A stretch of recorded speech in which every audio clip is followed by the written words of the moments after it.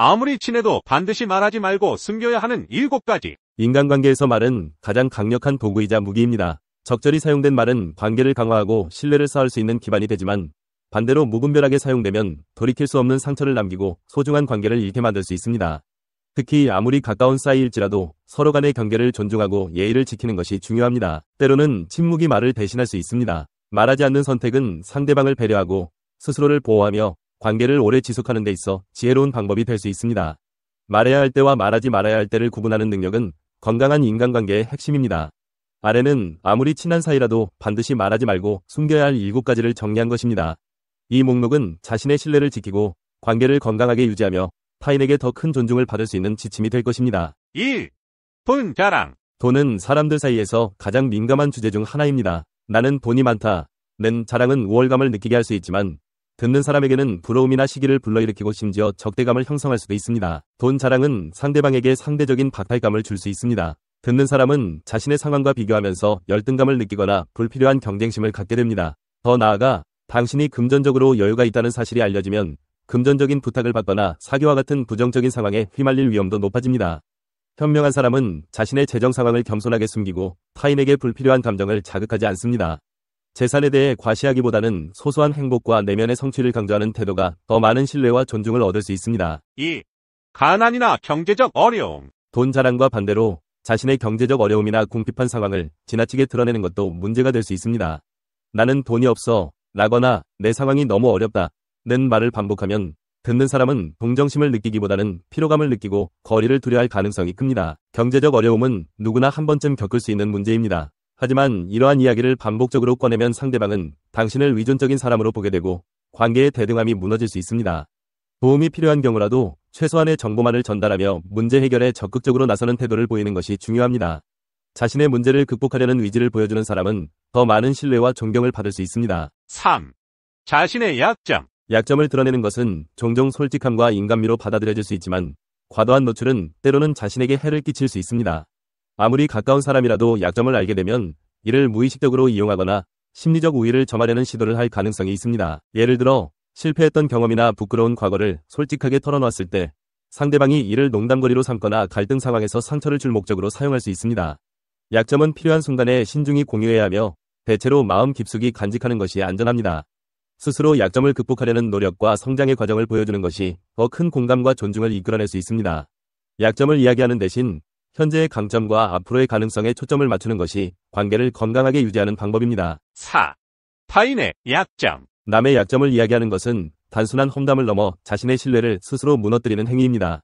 타인의 비밀이나 약점을 공유하면 듣는 사람은 언젠가 내 이야기도 이렇게 퍼질지 모른다 는 불안을 느끼게 됩니다. 험담은 순간적인 친밀감을 형성할 수 있지만 장기적으로는 관계에서 신뢰를 잃는 주요 원인이 됩니다.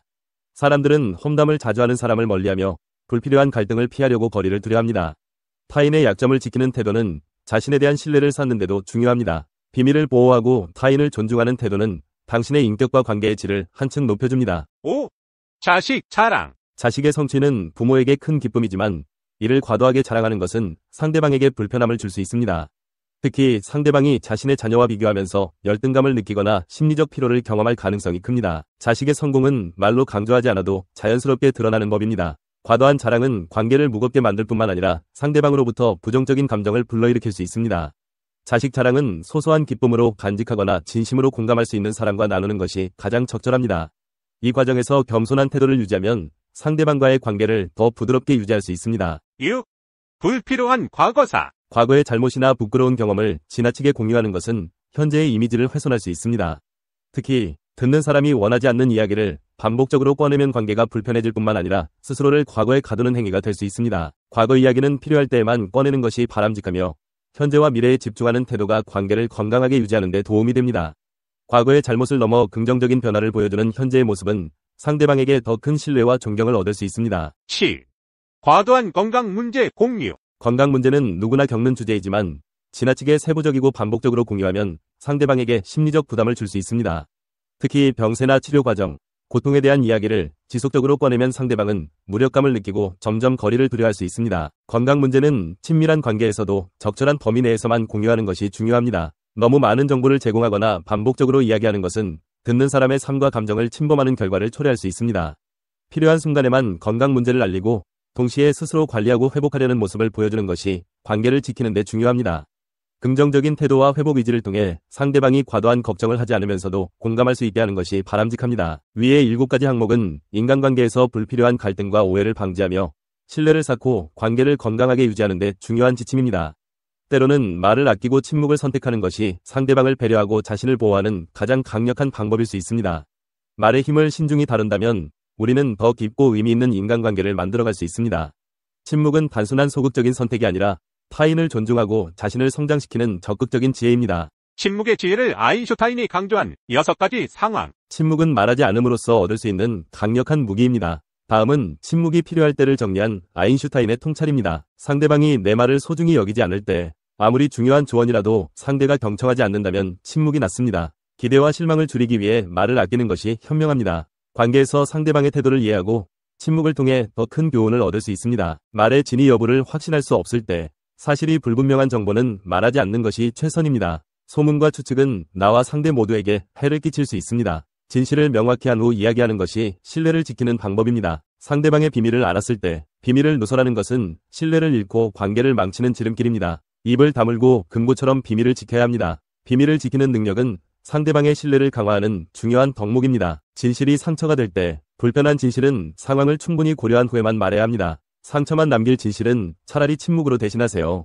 상대방의 감정을 헤아리며 필요하다면 긍정적인 대안을 제시하세요. 판단력이 흐려질 때, 화나거나 혼란스러울 때는 판단을 유보하고 침묵하세요. 침묵은 실수를 줄이고 더 성숙한 결정을 내리게 합니다. 특히 감정이 격앙될 때는 한 걸음 물러서 상황을 객관적으로 보는 지혜가 필요합니다. 재능과 목표를 함부로 드러낼 때 자신의 재능이나 목표를 지나치게 자랑하면 시기와 질투를 부를 수 있습니다. 내 목표는 행동으로 증명하고 필요한 사람에게만 공유하세요. 이는 자신을 더욱 믿음직스럽게 만드는 방법입니다.